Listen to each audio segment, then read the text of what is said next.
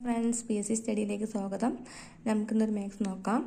ഒരു സംഖ്യയുടെ 8% 72 ആയാൽ ആ സംഖ്യയുടെ 10% എത്രയാണ്? എന്താണ്? ഒരു സംഖ്യയുടെ 8% 72 ആയാൽ ആ സംഖ്യയുടെ 10% എത്രയാണ്?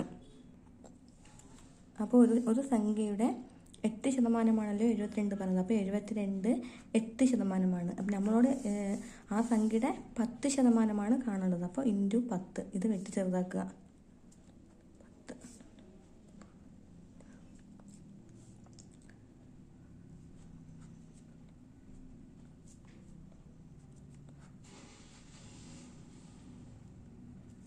അപ്പം 18 × 5 എത്രയാ? നമ്മുടെ ആൻസർ എത്രയാണ്? 90 എത്രയാ? 10% എത്രയാണ്? 90. എങ്ങനെയാ? ഒരു സംഖ്യയുടെ 8% 72 ആയാൽ ആ സംഖ്യയുടെ 10% എത്രയെന്ന് ചോദിച്ചാൽ 72/8. 8%ആണല്ലോ 72. ഇൻറ്റു നമ്മളോട് ചോദിച്ചത് 10% ആയതുകൊണ്ട് ഇൻറ്റു 10 ചെയ്താൽ ആൻസർ 90. അടുത്ത ക്വസ്റ്റ്യൻ, 200-നും 500-നും ഇടയിൽ 7 കൊണ്ട് നിശേഷം ഹരിക്കാവുന്ന എത്ര സംഖ്യകളുണ്ട്? എന്താണ്? 200-നും 500-നും ഇടയിൽ 7 കൊണ്ട് നിശേഷം ഹരിക്കാവുന്ന എത്ര സംഖ്യകളുണ്ട്? അപ്പം 200 ഹരിക്കണം 7, 500 ഹരിക്കണം 7. ഇത് ചെയ്യാദ്യം. 14, പിന്നെ 6, 8, 56. നമുക്ക് ഈ മേലെയുള്ളത് കണ്ടാൽ മതി, ശിഷ്ടം വേണ്ട. അതുപോലെ 500 ഹരിക്കണം 7, 7, 49, ഇഷ്ടം 1, 7, ശിഷ്ടം വേണ്ട. മുകളിലുള്ള സംഖ്യ ഇതിൽ നിന്നും ഇത് കുറച്ചാൽ നമ്മുടെ ആൻസർ കിട്ടും. എത്രയാ? 71 - 28. 3, 6, 2, 4. നമ്മുടെ ആൻസർ എത്രയാ? 43. ആൻസർ ഏതാ? 43. അടുത്തത്, താഴെ തന്നിരിക്കുന്നവയിൽ ഏറ്റവും വലുത് ഏത്?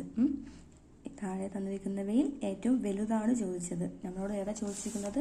ഏറ്റവും വലുത് ഏത് എന്നാ ചോദിച്ചത്. അപ്പം നമ്മൾ എന്താ ചെയ്യേണ്ടത്? ഇത് രണ്ട് എടുത്ത് ഇത് 5/6-ഉം 7/8-ഉം ക്രോസ് മൾട്ടിപ്ലിക്കേഷൻ ചെയ്യുക. 7 42 40. ഇതിലേതാ വലുത്?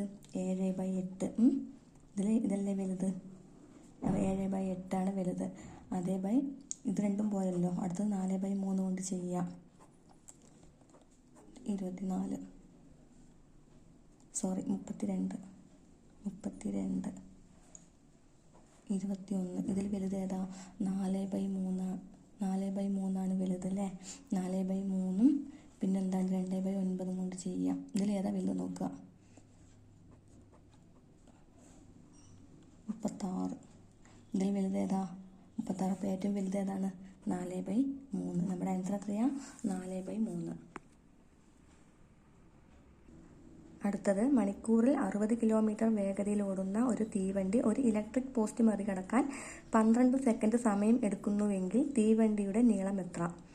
ഇങ്ങനെ പറയുകയാണെങ്കിൽ